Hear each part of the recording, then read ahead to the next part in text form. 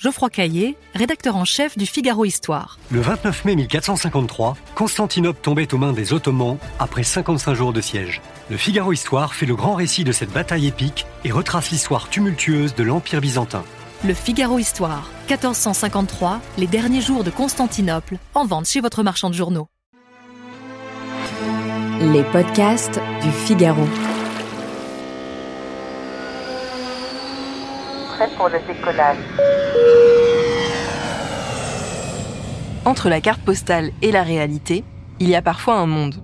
Il arrive que la piscine bleu-azur soit en réalité recouverte d'algues, que la chambre vue mer donne en fait sur des tours en béton, que le lit king size, si moelleux sur les photos, vous donne un lumbago. Un voyage qui se passe mal, oui, ça arrive, mais ça peut aussi s'arranger sans trop de difficultés. Il suffit de savoir qui contacter. La première chose à faire, et c'est un peu le réflexe naturel qu'on a tous, c'est de contacter le service client. Celui de l'hôtel, de la compagnie aérienne ou de l'agence de voyage avec laquelle vous avez réservé. En général, il vous sera demandé de remplir un formulaire de réclamation en ligne ou d'envoyer un recommandé, accompagné de preuves comme des photos ou des vidéos.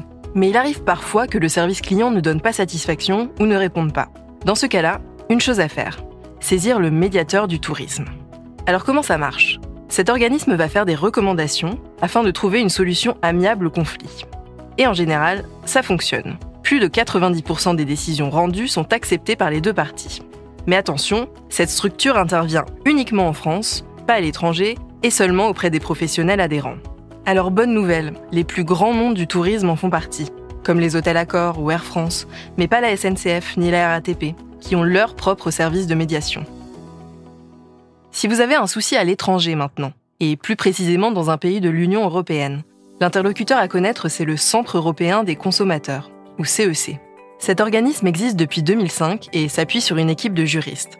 Ils connaissent sur le bout des doigts les lois européennes, peuvent travailler dans toutes les langues, et, dernière bonne nouvelle, tout ça est 100% gratuit.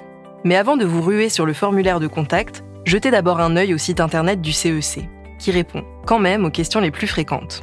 En dehors de l'UE, ça sera forcément plus compliqué.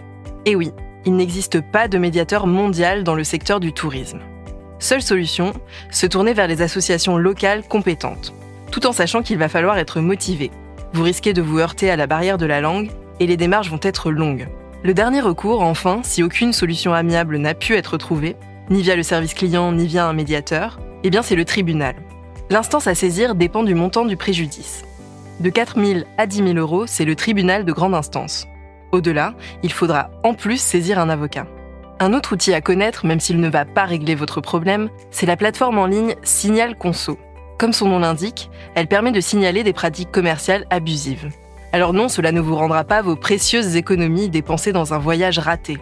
Mais ça permettra d'ouvrir une enquête en cas de fraude et d'alerter les futurs clients. Parce qu'on ne le répétera jamais assez, et c'est un peu notre credo dans ce podcast, mais un voyageur averti en vaut deux. Merci d'avoir écouté ce podcast. Je suis Claire Rodino, journaliste au Figaro. Vous pouvez retrouver Questions Voyage sur Figaro Radio, le site du Figaro et sur toutes les plateformes d'écoute. Si vous avez aimé cet épisode, n'hésitez pas à vous abonner et à laisser votre avis. À bientôt.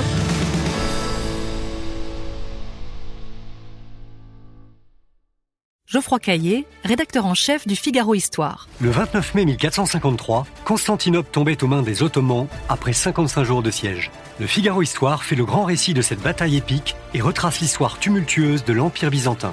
Le Figaro Histoire, 1453, les derniers jours de Constantinople, en vente chez votre marchand de journaux.